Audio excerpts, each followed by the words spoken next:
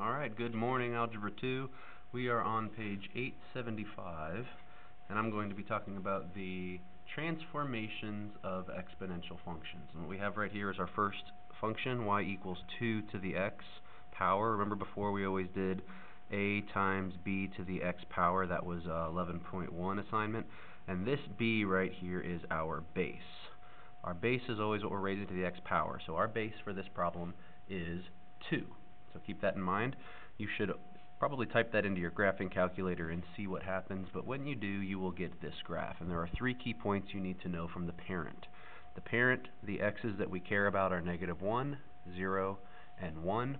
And whatever happens for all of these graphs, regardless of your base, this is always true. When you plug in a 1 for the x, this means 2 to the first power.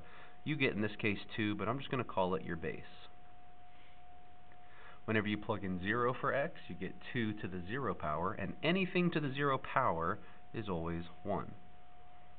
And if you plug in -1, 2 to the -1, we've already talked before about negative exponents, but negative exponents means you take the reciprocal of the base, so we're going to do 1 over the base. So just to show you where these points are, 0, 1 is right here.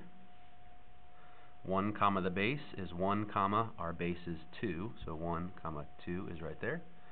And -1, 1 over the base, again the base is 2, so -1, 1 over 2, which is 1/2. -1, 1/2, and you can see those points generated here. So what we're going to do is we're going to transform those by our a's. Remember, a is a stretch. Our h's, h always moves the x, so this now becomes an x minus h as an exponent. And then our k's, k is always off to the side.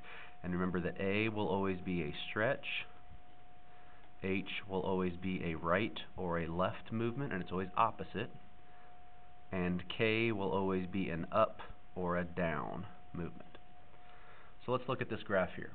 This says y, or g of x, equals 5 times 2 to the x. Well, if we rewrite it as a times b to the x, our a value is 5, our base is 2 to the x power. This means if a is 5, we are going to stretch by a factor of 5. So this graph will turn from these values to taking all those numbers and moving them multiplied by 5. And very important thing, so what I'm going to do is I'm going to write my parent table over here. My parent for this is -1, 0, 1, 1 over the base of 2, 1, and 2. And we're going to multiply these. We're going to change this to 5. Why? Because we're taking the a value and multiplying it by 5. So the important thing is none of the x's change. Okay? And all of the y values multiply by 5. So this becomes 5 over 2, which is 2.5. 1 times 5 is 5. 5 times 2 is 10. And we're going to plot those values because we're stretching everything by 5. So 0, 5 comes up here. 1 jumps all the way up here to 10. And -1 goes to 5/2, which is 2.5. And now our graph is going to look like this. And it's basically the same thing as taking all these points and stretching them times 5. Okay? Over here we have, on part B, 2 to the x minus 4 power. So this turns into 2 to the x minus 4 power. And this is very important. Our base is still 2x, and now this becomes our h value. So since this is a -4, this tells me I'm moving everything to the right by 4. So we're going to go back to our parent table. Parent table is -1, 0, 1. We have a 1 over 2 because our base is 2. 0 is always 1. 1 is always our base. And we're going to move everything right 4, which means the x's move right 4. Nothing happens to the y's. -1, if we add 4, becomes 3. 0 becomes 4. 1 becomes 5. And nothing happened to our y's. They stayed the same. So we graph those points. 3, 1/2. 4, 1, 5, 2, and then I graph those points exponentially up and horizontally across, and it never crosses past the x-axis. If you look on the back, same idea. We're just going to move all of these in different ways. This becomes 2 to the x power minus 3. This is now a k value, and you remember k goes up or down. So this takes all those points and moves them down 3. So again, xy, -1, 0, 1, 1 over my base, 1 and the base, changes to down 3, so that's a y movement by 3. X stays the same, y is down 3. So my x's don't change, my y's go down 3. So if you have a half and you take 3 away, you're going to get negative 2.5. 1 go 3 down, 3 away, you get negative 2, and 2 go 3 down, you get negative 1, and graph those points. Negative 1 comma negative 1, 2.5, 0 comma negative 2, 1 comma negative 1, and again you're going to go up, connecting the points, and then across, never touching underneath. And you notice all of these have what we call an asymptote. Remember, asymptotes are the lines that the graph gets really close to. In this case, my y asymptote is going to be negative 3. Your asymptote is always your y equals k number every time. Notice here's our k number, negative 3. That's our y asymptote. Okay? So if there's a 0, then we'd have a 0, etc. Going through these, I want you to try to see if you can figure out what happens here. This is an h value, so what's it going to end up doing? Remember that the h goes right and left, and over here is a k value. It goes up 3. So all those points will transform up 3. I want you to try those on your calculator, see if you get the points right. Okay. The last thing that I want to do on the two bases is, what if we have an a that's negative? Remember, a negative a will reflect over the y-axis. That's going to flip it upside down.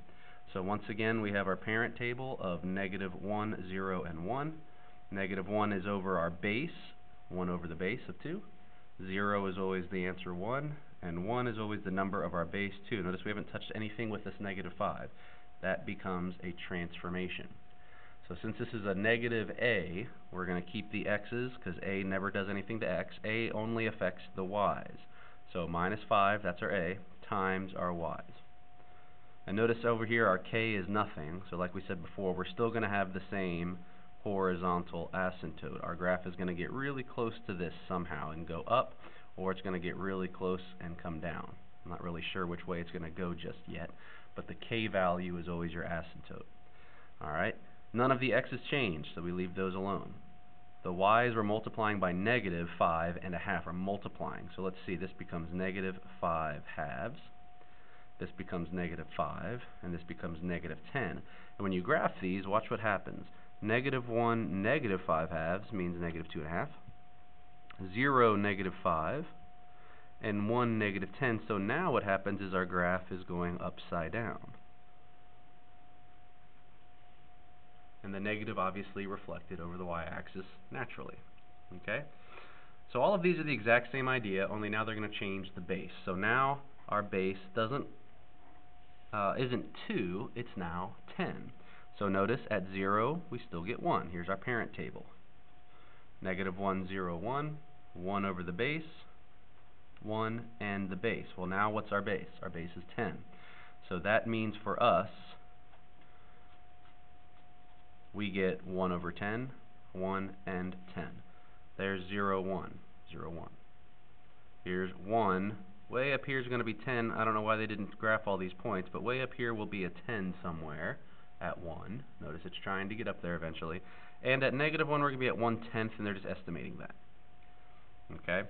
So what would happen on this crazy graph right here? We've got every single possibility going on right here. Remember, your equation is a b to the x minus h plus k. So break this down. A is the number in front without any exponents. So a is negative 3. What happens?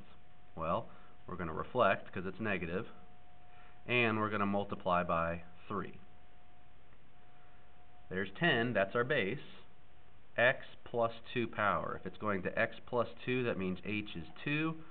All right? Or actually, it's negative 2, so it's always the opposite sign. This means we're going left 2. And at the end is our k of negative 1. That means we're going down 1. And keep in mind, this will also be our asymptote. So how do we graph all of that? Well, I suggest you take these points and multiply and add them appropriately. You can also just type it in the calculator and see what ends up happening. But you will get these transformations. You're going to get negative 1, 0, 1, 1/10, 1 and 10. And they are going to transform. Let's see, h only affects the x value. So that's going to be x's take away 2. A's and K's affect the y values. So it'll be negative 3 times y plus minus 1, which is minus 1. And we're going to plug all these in. Negative 1, subtract 2, you get negative 3. 0, subtract 2. 1, subtract 2. Over here we're going to multiply, and you can use your calculator, but negative 3 times a tenth is negative 3/10, and then subtract 1 is negative 1 3/10. 1, plug it in. Negative 3 times 1 is negative 3, subtract 1 more, negative 4. And 10, plug it in. Let's see, 10 will be negative 30, minus 1 is negative 31. And you probably won't be able to graph that on your sheet, but we can graph these. Negative 3, comma, negative 1 3/10 is like 1 and a little more, but negative. Negative 2, comma, negative 4, way down here, and negative 1 is going to be way off the graph, but you're going to connect it something like this. Excuse me, and then we're going to graph this value of our asymptote of negative 1. So here's our negative 1 value. Oops, I graphed this one wrong. I didn't pay attention to my asymptote. Here's my asymptote. And negative 1 3/10 is underneath that. It should be here. It's going to come across this way. I just didn't graph that right. If you notice, that's not 1, that's a half. The graph paper is a little bit off. Okay, so that's how you do those, playing around with all of those. Every single one, it doesn't matter what you're doing, that is the important pieces. So what I want to do last is talk about way back here on page 885 now, 885. The last thing we're going to talk about is if they give you an equation, they're going to give you this equation. It's telling us our base is 2. Okay, and they want you to rewrite this graph in this form. So whenever you see this m right here, that's referring to this m. Okay, so when I look at this, I think, all right, t of x, I need a new equation, t of x based off of m of x. And what this is going to do is any number that I see in front, I leave it in front. This becomes my a value. When I see this m, I go to my m and plug it in. So m, I see 2 to the x power. I write that down. And then if something's in parentheses like this, remember x's is always next to your h's, so that means wherever this x is, put plus 3 because it's in a parentheses. So this is going to be x plus 3. So notice this is your m, and you're doing your m, adding 3, there's adding 3, and we're taking a half in front, so this is now an h value. So when it says describe this, we're going to say, since a is 1/2, that means we stretch, or in this case, compress, times 1/2. Then we have an h of negative 3, so it's the opposite, which means we go left 3. Okay? Here's our m. m is e to the x power. Remember, e is just the number on the calculator. It's 2.718. But we can still do that in here. So we're going to rewrite the t of x equation to have not m, but the e to the x power. So it's going to be t to the x equals negative. m is e to the x power, and since that's outside of there, we are going to then leave that alone. We're going to put minus 1 on the side. So what happens? It doesn't matter what this graph does. What does matter is that our a value is negative. So we are going to reflect. Our k value outside, because we have no h, there's nothing next to the x in parentheses. We get negative 1, which means we go down 1. And the last one's going to be here. I don't like this equation because you're not going to see this on a test, but you might see something like this. Let's put 2 m parentheses x minus 1 plus 2. I'll make something up real quick. So let's see if we can do that one. This t of x equation has to be rewritten so that there's an m in it. Well, m is going to be 6 to the x. That means 6 is our base. So this will be 2. There's the m. Go plug it in. 6 to the x power. Now look what's next to the x. In the parentheses we have a minus 1, so there's my x from m. We put a minus 1, and then plus 2 on the side. So this 2 is going to be our a value. So a is 2. What's that mean? That means we stretch times 2. 6 is our base. Don't worry about that because we just want to know describe the transformation. So whatever this graph does, we're then going to be doing all these extra things to it. So since this is a x minus 1, that means h is 1 because it's always the opposite sign, which means we go right 1. And then we have a k over here of 2, so that means we go up 2. All right, once you're okay with all of these, I want you to try to figure out with your table if you are ready for a short quiz, because you're going to have a short quiz that is due today before you leave class. Come get it from the desk, and good luck.